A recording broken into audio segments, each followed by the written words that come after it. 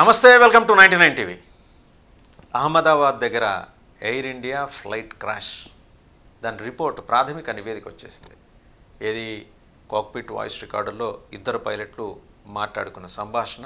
అది మనం ఇంతకుముందు చెప్పుకున్నాం. ఎందుకు మీరు ఫ్యూయల్ స్విచ్ కట్ ఆఫ్ చేశారంటే, నేను కట్ ఆఫ్ చేయలేదని క్యాప్టెన్ అడిగిన దానికి కో పైలట్ చెప్పింది. ఆ కాన్వర్జేషన్కి సంబంధించిన ఒక నివేదిక ఇచ్చింది. నివేదిక ఎవరు? AAIB, aircraft accident investigation bureau అంటారు, ఢిల్లీలో ఉంది. వాళ్ళ దగ్గరికి బ్లాక్ బాక్స్ వెళ్ళిన తర్వాత బ్లాక్ బాక్స్లో ఈ సివిఆర్ ఒకటి ఉంటుంది, కాక్పిట్ వాయిస్ రికార్డర్. అది అందులో కీలకం. వాళ్ళ కన్వర్జేషన్ అంతా రికార్డ్ అవుతుంది. ఫ్లైట్, అది ఎయిర్క్రాఫ్ట్ ప్రమాదానికి గురయ్యే ముందర వాళ్ళిద్దరూ మాట్లాడుకున్నది. అది కూలిపోయినప్పుడు లోపల ఒక్కళ్ళు మినహా 242 మంది, అండ్ గ్రౌండ్ అది కూలిపోయినప్పుడు ఇంకో 19 మంది దుర్మరణం పాలయ్యారు. దాని మీద ఒక నెల తర్వాత ఏఏఐబి అంటే ఎయిర్క్రాఫ్ట్ యాక్సిడెంట్ ఇన్వెస్టిగేషన్ బ్యూరో వాళ్ళకు నివేదిక ఇచ్చారు. ఈ నివేదికలో చాలా అంశాలు ఉన్నాయి. అంటే ఫస్ట్ ఆఫ్ ఆల్ ఆ ప్రిలిమినరీ రిపోర్ట్లో ఇచ్చింది ఏంటంటే, టెక్నికల్ పాయింట్స్ని టచ్ చేశారు. టచ్ చేస్తూ ఎందుకు ఫ్యూయల్ మీరు కట్ ఆఫ్ చేశారంటే, కట్ ఆఫ్ రన్ రెండు ఉంటాయి స్విచెస్.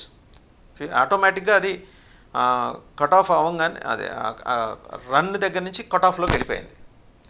రన్ మోడ్ నుంచి కట్ ఆఫ్ మోడ్లోకి వెళ్ళిపోయింది. అంటే ఫ్యూయల్ అనమాట. ఫ్యూయల్ ఎవరు ఆపకుండా రన్ మోడ్ నుంచి కట్ ఆఫ్లోకి ఎందుకు వెళ్ళిపోయింది అనే అనుమానాలు అయితే ఉన్నాయి. అయితే దీనికి సంబంధించి పౌర విమానయాన శాఖ సహాయ మంత్రి ఆయన ఉగ్రకోణాన్ని మనం రూల్ అవుట్ చేయలేమన్నారు. ఆయన we just can't dismiss the possibility of a terror angle అన్నారు. బట్ అలాగని దాన్ని ఆయన పూర్తి స్థాయిలో ధృవీకరించలేదు. ఎందుకంటే అవతల పక్క ఇంటెలిజెన్స్ బ్యూరో పనిచేస్తుంది, రీసెర్చ్ అండ్ అనాలిసిస్ వింగ్ రా పనిచేస్తుంది, ఎన్ఐఏ పనిచేస్తుంది, నేషనల్ ఇన్వెస్టిగేషన్ ఏజెన్సీ పనిచేస్తుంది. సో ఇన్ని ఏజెన్సీలు పనిచేసిన తర్వాత వాటన్నిటి నుంచి అందే ఇన్పుట్స్ని క్రోడీకరించిన తర్వాత ఈ సాంకేతిక అంశాలని దాంతో మదింపు చేసిన తర్వాత ఫైనల్ రిపోర్ట్ వస్తుంది. జనరల్గా it takes another couple of months అనుకోవచ్చు, మనకి ఇంకో 2 నెలలు పట్టచ్చు కూడా. బట్ ఏంటంటే ఈ క్రాష్ రిపోర్టు ఎంత క్లారిటీ ఇచ్చిందో అన్ని సందేహాలు కూడా మిగిల్చింది దీని మీదే ఏం రాసుకుంటే, సిఇఓ ఆఫ్ ఎయిర్ ఇండియా ఆయన ఏం చెప్పారంటే, పైలట్స్ మెడికల్ స్టేటస్కి సంబంధించి నో ఫైండింగ్స్ ఆ రిపోర్ట్ మెమోలో. సరే, అది ఎలాగో ఉంది. దాని తర్వాత ఆయన చెప్పింది, ఆయన సిఇఓ ఒక మెమో ఇచ్చారు. ఆ మెమోలో ఇది మినహా మిగిలినవి మాట్లాడారు. ఆయన మాట్లాడటం వచ్చేప్పటికీ ఆయన పేరు క్యాంబెల్ విల్సన్. ఆయన అనేది అంటే, the report had triggered a new round of speculation in the media. ఇప్పటివరకు రాని కొత్త సందేహాలని మీడియాలో వచ్చేలాగా ఈ రిపోర్టు చేసింది. But at the same time అదే సందర్భంలో ఎవరు ఆశ్చర్యపోనక్కర్లేదు ఇక్కడ, it provided both greater clarity and open additional questions. విపరీతమైన క్లారిటీ ఇచ్చింది జరిగిన ప్రమాదానికి సంబంధించి. అదే సందర్భంలో ఓపెన్ అడిషనల్ క్వశ్చన్స్, అదనపు సందేహాలని తెర ముందుకు ఇలా తీసుకొచ్చింది అన్నారు. అంటే చాలా డిప్లొమాటిక్గా మాట్లాడారు ఆయన, క్యాంబెల్ విల్సన్ సిఇఓ. ఆయన ఇంకేమంటారంటే, the preliminary report identified no cause nor made any recommendations. దీనికి గల కారణాన్ని ప్రిలిమినరీ రిపోర్ట్ ఇక్కడ చెప్పలేదు. అలాగే ఎలాంటి రికమెండేషన్స్ కూడా అందులో ప్రతిపాదించలేదు. రికమెండేషన్స్ ఇన్ ది సెన్స్ ఫలానా వాళ్ళు బాధ్యులైతే ఫలానా వాళ్ళ మీద చర్యలు తీసుకోండి అనే మాట ఎక్కడ చెప్పలా. So I urge everyone to avoid drawing premature conclusions as the investigation is far from over.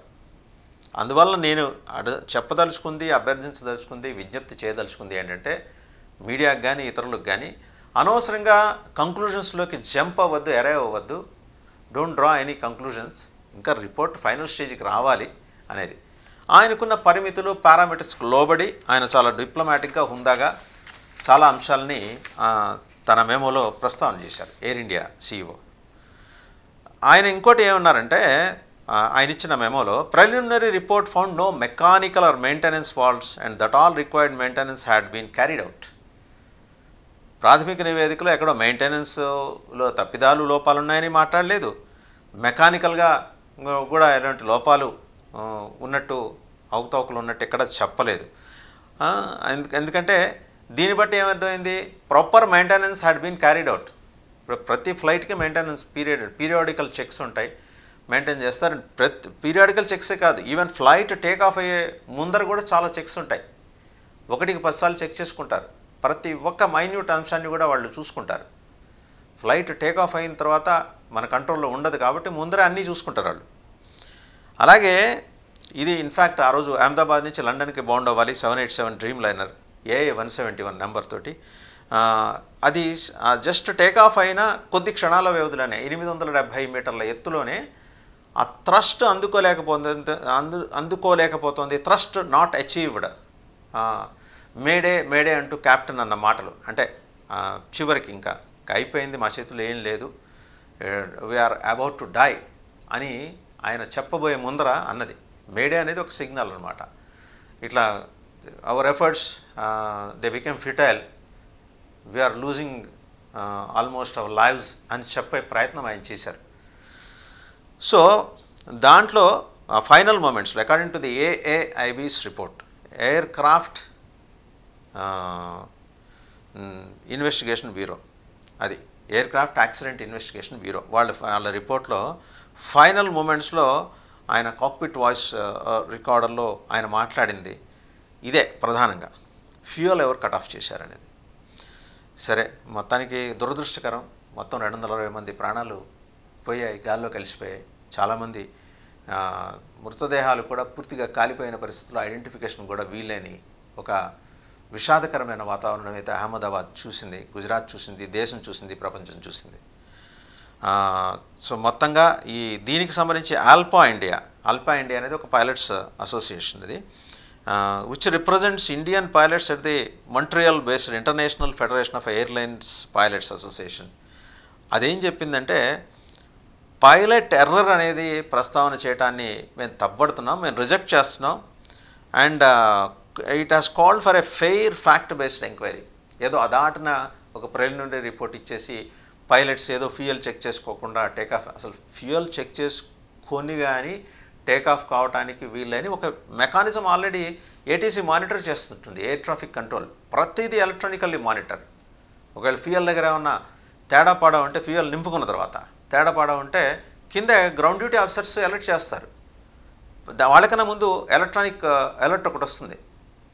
ఇవన్నీ కింద అయిపోయిన తర్వాత పైన టేకాఫ్ అయిన 870 మీటర్ల ఎత్తు తర్వాత ఇది జరిగింది అంటే ఒక సమ్ రిమోట్ కంట్రోల్, ఒక కాన్స్పిరసీ యాంగిల్ అయితే దీంట్లో ఉంది అనే ఒక భావన మరి ఇన్వెస్టిగేషన్ ఏజెన్సీస్ వ్యక్తం చేస్తున్నాయి.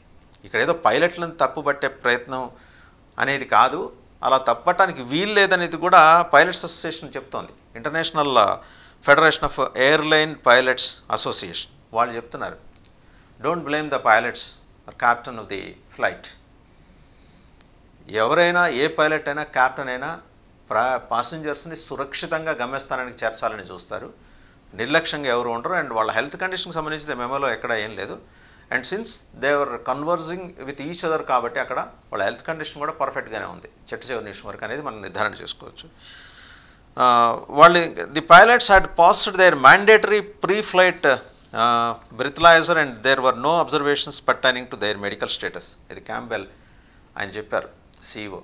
అలా వాళ్ళు కండిషన్స్, ప్రీ రిక్విజిట్ కండిషన్స్ అన్నీ, బ్రీత్ అనలైజర్స్ అన్నీ కూడా చెక్ చేస్తారు. అన్ని హెల్త్ పారామీటర్స్ చెక్ చేసి కానీ వెళ్ళరు. అంత అట్మోస్ట్ కేర్ తీసుకొని కానీ పాసెంజర్స్ని బోర్డు చేసేప్పుడు ఎంత కేర్ తీసుకుంటారో పైలట్కి and entire crew of the aircraft అంతే కేర్ తీసుకుంటారు, అంతకన్నా ఎక్కువ కూడా తీసుకుంటారు. దురదృష్టకరంగా జరిగిన ఈ సంఘటన వెనకాల ఏమన్నా ఉగ్రకోణం ఉందా? అది ఖచ్చితంగా మరి లేటర్ ఇన్వెస్టిగేషన్స్లో బయటకు వచ్చే అవకాశం ఉంది, ఫైండ్ అవుట్ అయ్యే అవకాశం ఉంది. చూద్దాం ఏం జరుగుతుందో.